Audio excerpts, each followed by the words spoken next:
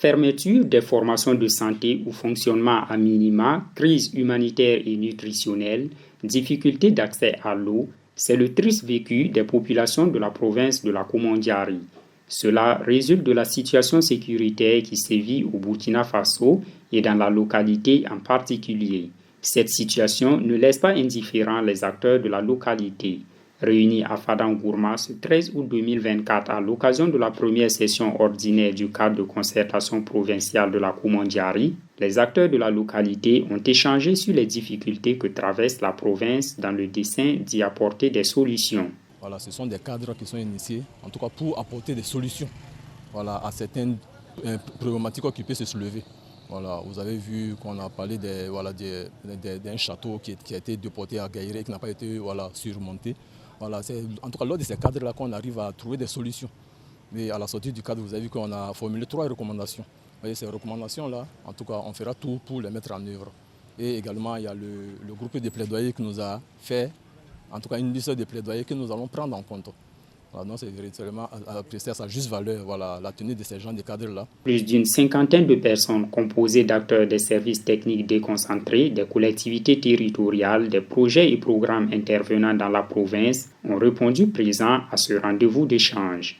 Une occasion pour eux de plaider auprès des autorités pour une amélioration des conditions de vie des populations de la province. Et vu la situation et la précarité que vivent la population de Gaïré, qui sont sous blocus depuis au-delà d'1 an.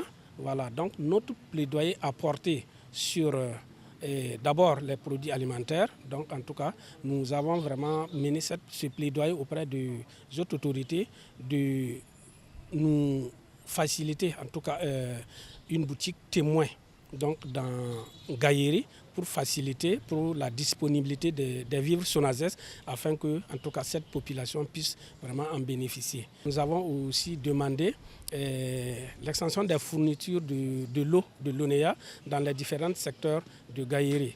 Et aussi nous avons en tout cas demandé à la formation d'au moins 100 femmes sans FEFA donc sur les jardins de cases et les cultures hors sol. La suite de ces activités de cette journée, nous sommes pleinement satisfaits des différents échanges qui ont été faits dans la mesure où chacun dans son secteur a pu effectivement nous faire voir quelle est la cartographie donc, de la situation réelle que nous avons actuellement, notamment au niveau de la santé pour ce qui concerne les aspects nutritionnels, au niveau également eau, hygiène, assainissement, mais aussi dans le domaine humanitaire. Nous avons pu parcourir tout cela et je pense que ce qui nous satisfait encore le plus, c'est ce message-là qui a été porté par les groupes de plaidoyer qui demandent à ce qu'un certain nombre d'actions puissent être faites par les autorités donc, locales.